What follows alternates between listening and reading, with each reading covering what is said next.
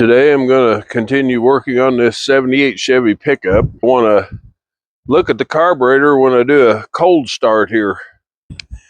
And besides checking out the carburetor, I'm going to be looking inside the distributor cap just to see if everything looks good there. I've been noticing as I move this pickup around that seeing little puffs of black smoke coming out the exhaust. So I'm thinking the choke is sticking on the newer vehicles, which almost all of them are fuel injected.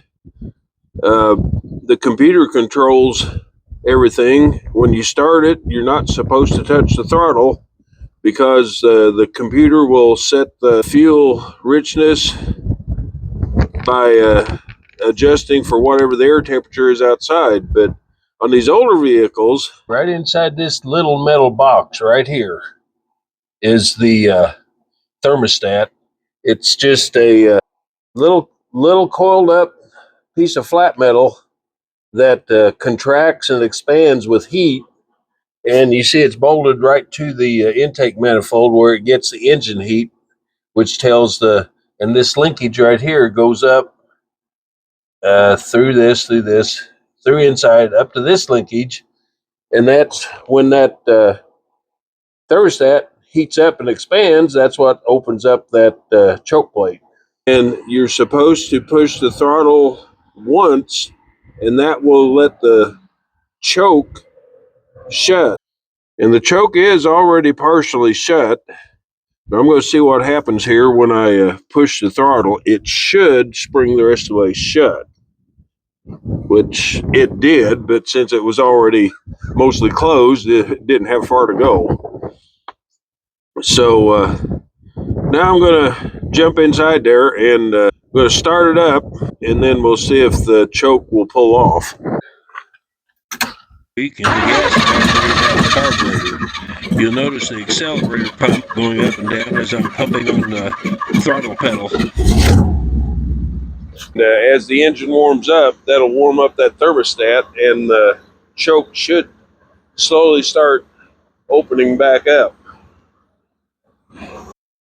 All right, I took it for a short little drive, got it up to operating temperature, and the choke plate right here, it is pulled off and completely vertical, which means it's completely open. So I'm going to let the carburetor go for now and just run some carb cleaner through the gas tank. I think the carburetor is going to be okay. But now I'm going to pull the distributor cap off and just take a look inside, see what we got. Okay, now I'm going to put a shop rag over here. Still want to keep dirt out of the carburetor, but need the air cleaner out of the way so I can get to the distributor. There are 4 spring-loaded catches. There's one here, one here. There's 2 more behind where you can't see.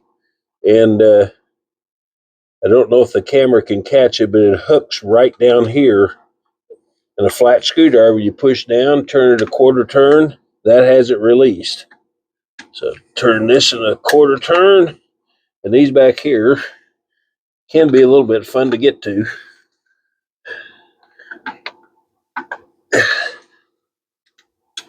Cut that one loose. This one here, you pretty much just have to use the braille method. You can't see what you're doing. I can feel it, but I'm just not getting it to turn. There, we got it. It seemed to be firing on all 8. Everything seemed to be running good, but I just wanted to take a look in here. These contact points right here is what I was wanting to look at. There is just a very slight bit of corrosion. You can see it kind of looks a little bit white, and that spot in the middle there, that is bare metal. Now, I'm not going to bother cleaning it up because that is really, really good compared to what I have found in years past when I'd open it up, there has been corrosion buildup a 1/4 inch thick on there and it'd still be running. So, like I say, this looks really good. So that is the contact point on the rotor that contacts all 8 of those contacts in the distributor point. That is very clean also. Okay, everything looks good. We're going to put this back together. Get this rotated back around.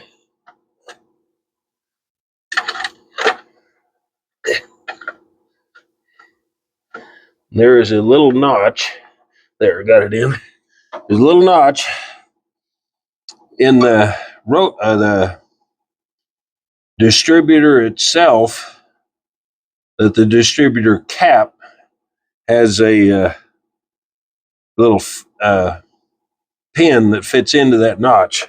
So you have to wiggle it around till you're make sure you're in there and everything be straight. There, I'm in it. Nope, didn't get it. Oh, still did not get it. Oh, like I say, this one is not fun at all.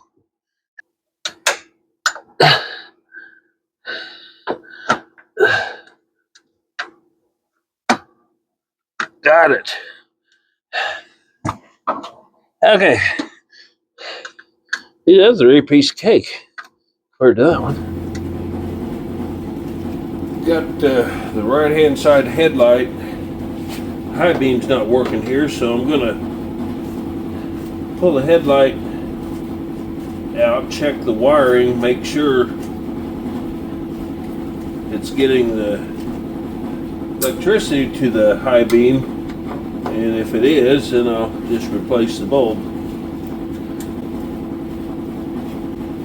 Got 4 screws here that hold the trim in place. 5 screws. One over here.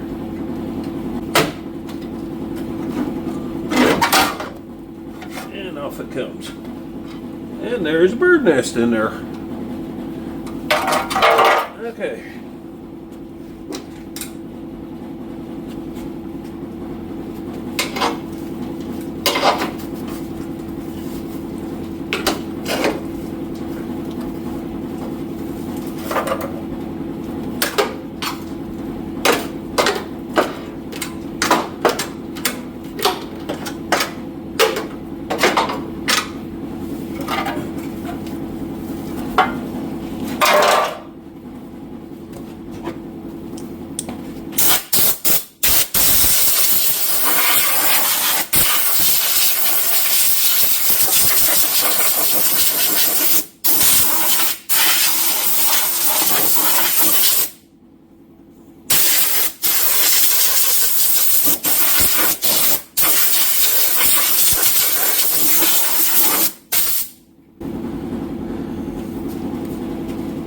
Okay, there's 3 screws in here that holds the headlight in place.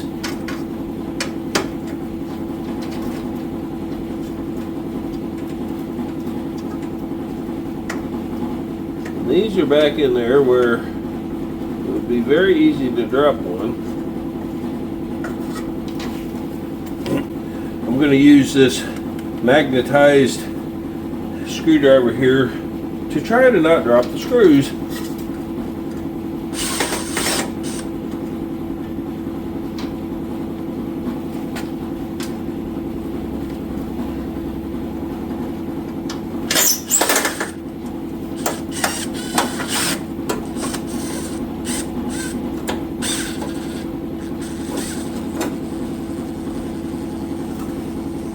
Magnet holds on to it pretty good.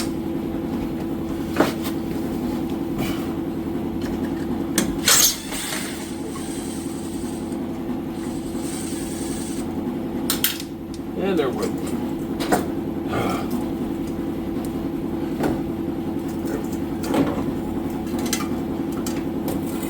Pull it out here.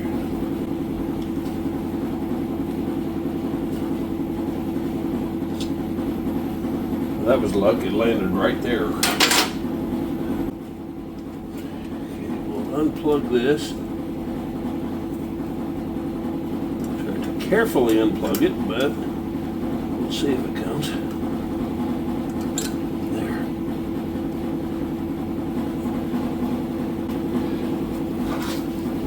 Okay, I got a small flat-bladed screwdriver stuck in there because I can't get my ground clamp in. So I'm on low beam right now.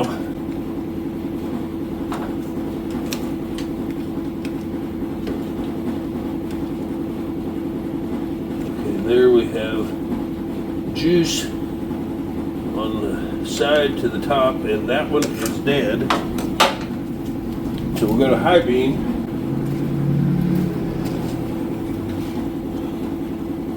So we're still hot there, and we're hot there. So that means it's the bulb. Okay, the wipers on this thing are completely dry rotted, so we're gonna use a small screwdriver. I think this is how these work. There's so many different ways. A small screwdriver and try to pry up. There, yep.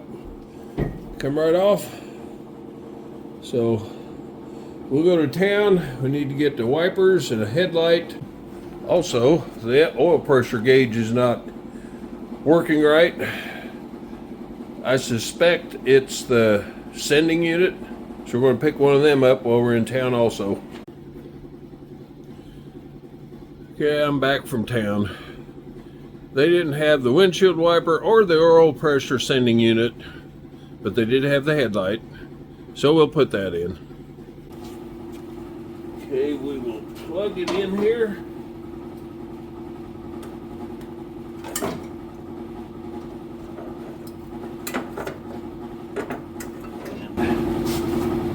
Put the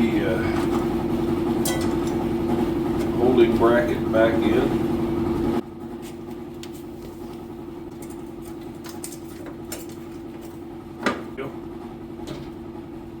Got my magnetic tip screwdriver here.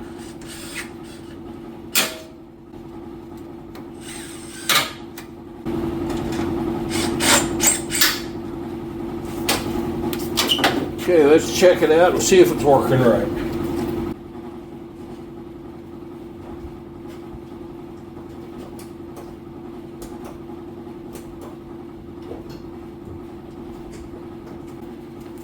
Okay, that looks good, so we will put the chrome cover back on.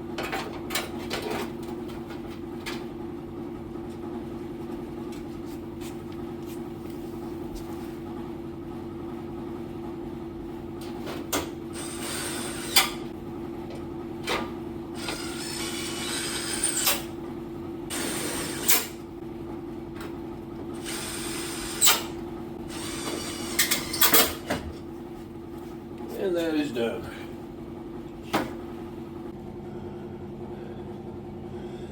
Something else I noticed, well, I had the air cleaner off. There's a couple vacuum ports here and here that, even though it seems to be running good, I'm going to plug those off. Sometimes there are vacuum ports on a carburetor that are plugged internally because it's the same carburetor base can be used on various vehicles, and some need different vacuum ports. But anyhow, I'm going to plug these off.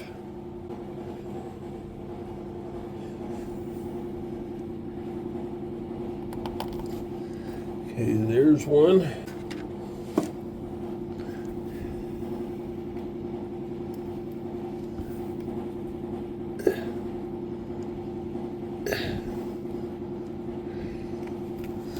There's another one, and this one,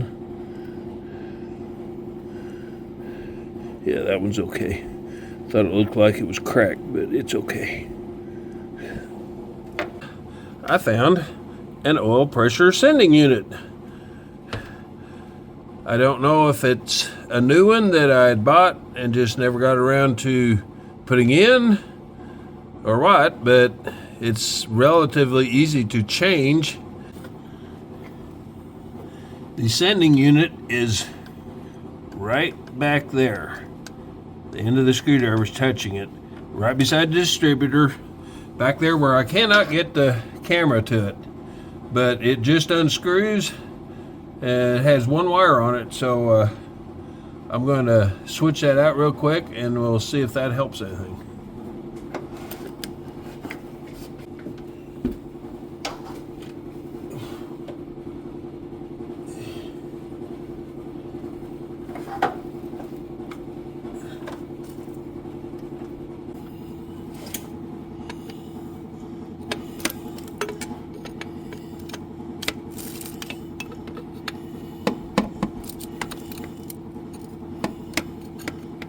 "15 minutes fighting this old sending unit to get to this point."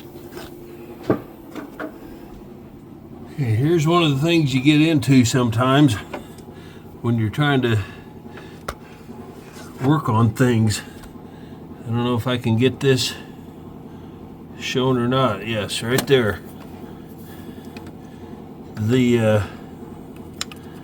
This is the pressure sending unit.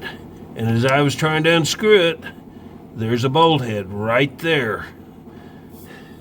I did not realize it, but the lip on this pressure sending unit was going up against that bolt, and I got it in a bind. I couldn't get it tight or loose. The port comes straight up, and it's on a 45, there's a 45-degree fitting goes into the block, and the pressure sender goes into the fitting. So I used a punch to tap it back away from that, made the fitting turn, and now I've got it away from that bolt head and it's finger loose. Okay, this is the old sending unit. I got the electrical tab bent over there trying to get it out. And this is the new sending unit. A whole lot smaller. I don't know. We're going to put it in there and see what happens. Right there at the end of my screwdriver tip, that's the 45-degree fitting. I'm going to screw the new sender unit in.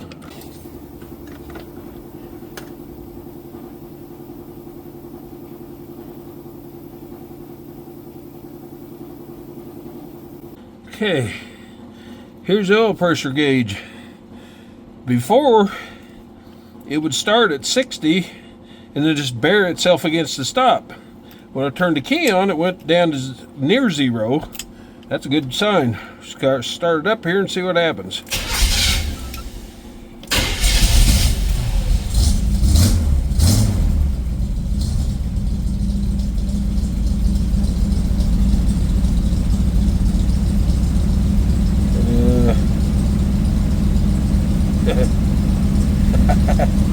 Don't know what to think about that. I don't think I've got 70 or 80 pounds of oil pressure, but I may. Go up there and wiggle that wire. Since it dropped to 0, it's possible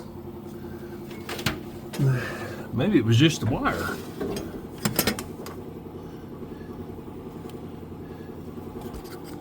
Let's see if we can get our hands in there.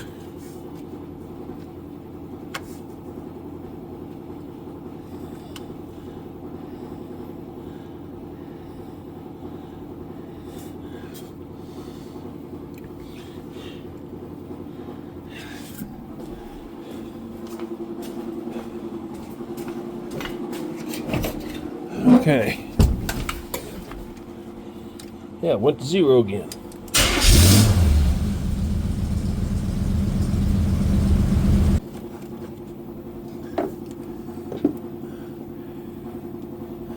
Okay, we're going to put a new end on the wire here and see what that does.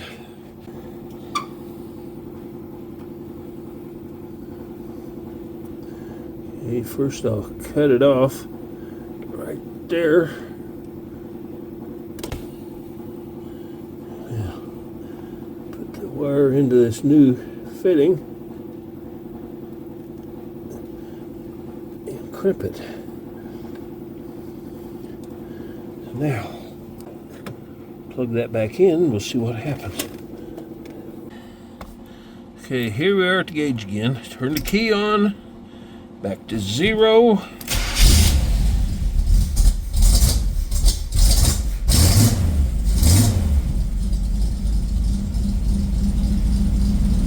Well, that's different.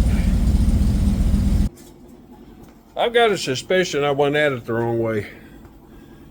That sending unit may have been okay until I beat it up trying to get it out. So I'm going to get I've got a new one ordered, so we'll just let it come. Now it does go to 0 when the key's on, which that's different. Hope that's a good sign. We'll find out when the new sending unit gets here.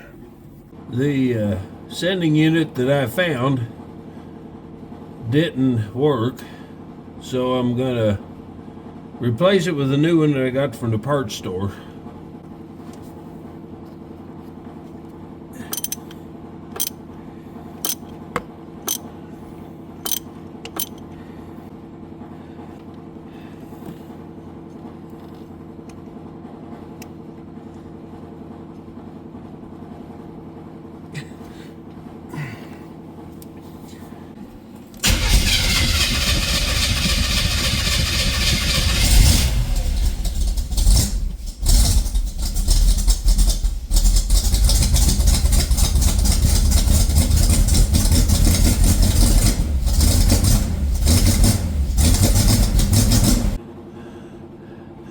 I wondered why I couldn't get the truck to run. It doesn't run very good when it can't get air.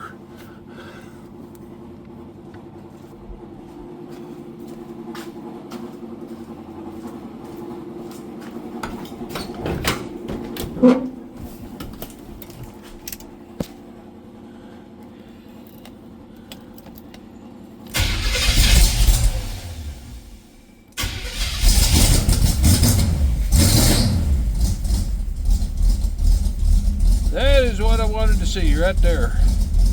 Carrying real good oil pressure, roughly 45 pounds.